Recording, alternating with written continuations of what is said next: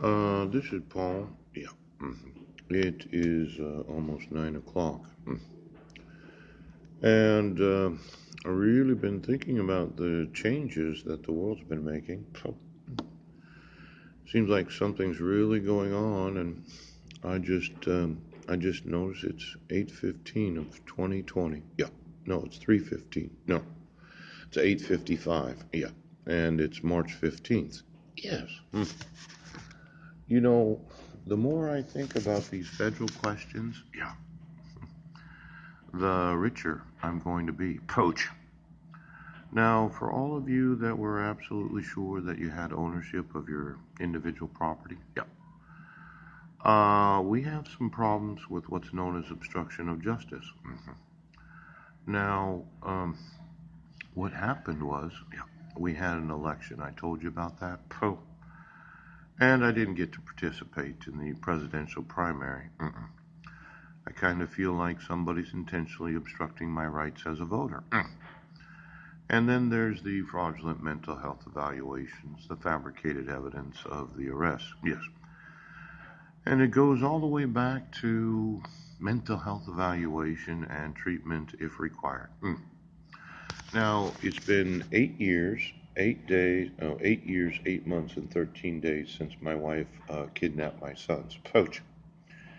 And during this whole time, yeah, she said, well, he's got to have a mental health evaluation. Yeah.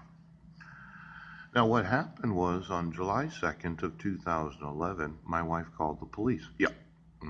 And there was 14 misdemeanors. An accusation that I had grabbed her arm when we were walking to the Kmart. I had grabbed her hand. Ouch. And I released it. When she said, ouch, you're hurting me. And I said that you gave birth to 6 children. Yes. Then I grabbed her hand and we walked together to the Kmart on July 1st of 2011. Yeah. Now, there was this issue of my sons, all 3 of them, sleeping in the same bed at the Guam Airport Hotel. Right now. Well, I said, yes, multiple times, go to sleep. Poach. Well, they seem to have thought at the ages of 8, 7, and 6 years old that they should beat each other up. Nothing uncommon with that. Yes. 3 little boys sleeping in the same bed that need to go to sleep. Yeah. And I go in there and say, you need to go to sleep. Now. And then they decide to beat each other up again. Sleeping in the same bed. Yes. At the Guam Airport Hotel. Yes. Where I go in and I tell them to go to sleep. Pooch. And then I wait about 15, 20 minutes. Yeah. And they're tearing up the room. They're tearing up the bed. They're destroying the hotel's property. Yes. Because they decided to beat each other up again.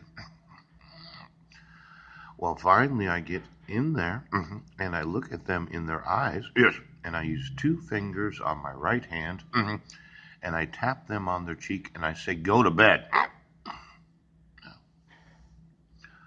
Somebody said that was slapping children. Ouch.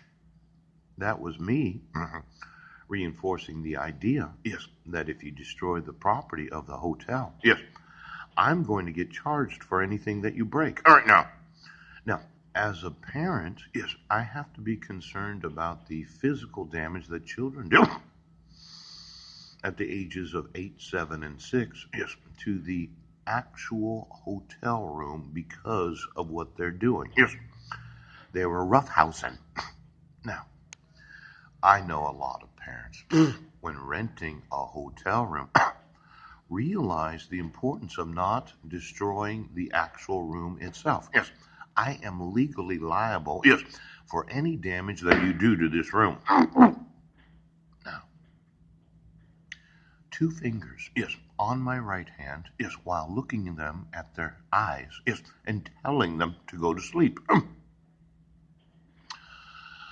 Now, they went to sleep, right? They didn't destroy the hotel's property. No. They didn't knock over a lamp. No. They didn't tear up the bedroom. No.